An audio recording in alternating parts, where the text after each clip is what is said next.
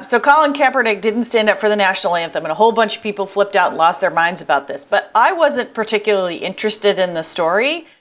And I think a lot of that is because I remember a lot of Vietnam protests and a lot of other stuff where people were flag burning. So to me, it didn't sound all that original, I guess, if that makes sense. But I sort of got interested in the story when I saw that historians said that the song was actually written in, of course, in the time of slavery and was at some level about slavery and celebrated it. And that was the first time I'd ever heard that concept. So I suddenly sort of became interested to see people arguing back and forth about whether or not that was actually true. The colonial Marines, which were enslaved Africans who were offered refuge and escape from enslavement by the British when the British were trying to, in essence, storm Washington, defend Canada, take over America.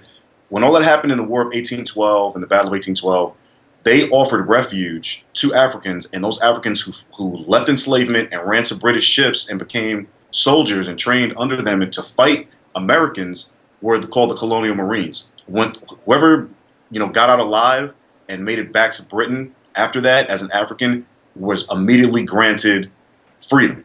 So when we have to remember that Francis Scott Key wrote the national anthem based on him seeing colonial Marines fighting American whites at Fort McHenry in Baltimore, and even though America won and the flag was still there, the second or third stanza of the national anthem specifically speaks to him discussing the fact that, or him, lauding the fact that if you were enslaved and turncoated or switched sides, he was glad you died.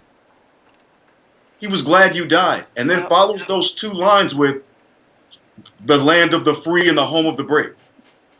So it's literally an oxymoronic concept and national anthem. Right. So if people don't understand the context and understand why that doesn't represent someone like me, then you have no empathy for the fact that my representation in this country was vastly different than the quote-unquote majority. I think the thing that's so fearful about that to people who don't understand or don't have the context maybe to understand his form of protest is, does that mean this country's falling apart? Does that mean, black or brown people are now going to attack me on the street because, for 200 years they were attacked, now it's my turn? I mean, I can see why, right, I know, it's craziness. It's not just about making this better or different for an oppressed people. It's that those maybe cluelessly doing the oppressing have to take ownership of that oppression, figure out what to do with the fear and guilt they have,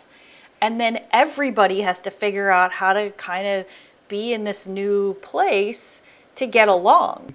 We have to understand that the price of being integrated means understanding everybody's viewpoint and not being afraid of discussing it. Like, it shouldn't, like, the fact that you just said that is something I want to hear, because that allows a conversation to erupt about how we got to this point.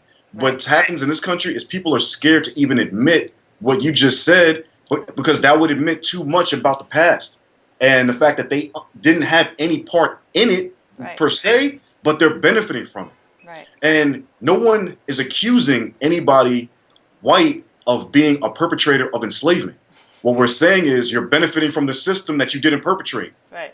That's all. You know what I'm saying? And just admit it. Just say admit it. We are privileged, period. Yeah, the day we're born, white people are privileged. Right. And saying that isn't un-American. It's very American.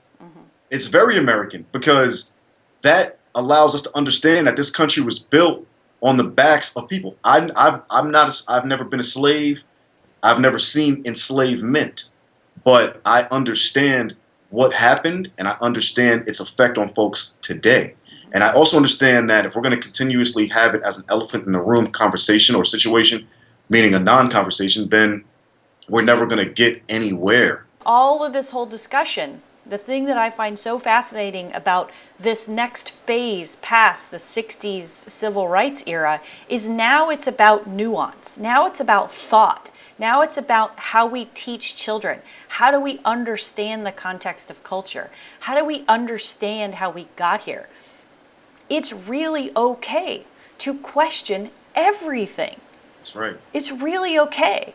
And right. yeah, some people are maybe gonna have some issues as culture shifts and change. It's hard to predict what that is. But at the end of the day, I personally don't think it's okay for any of us to allow fear Yes. to dictate what we choose to question and think about and what we choose not to question.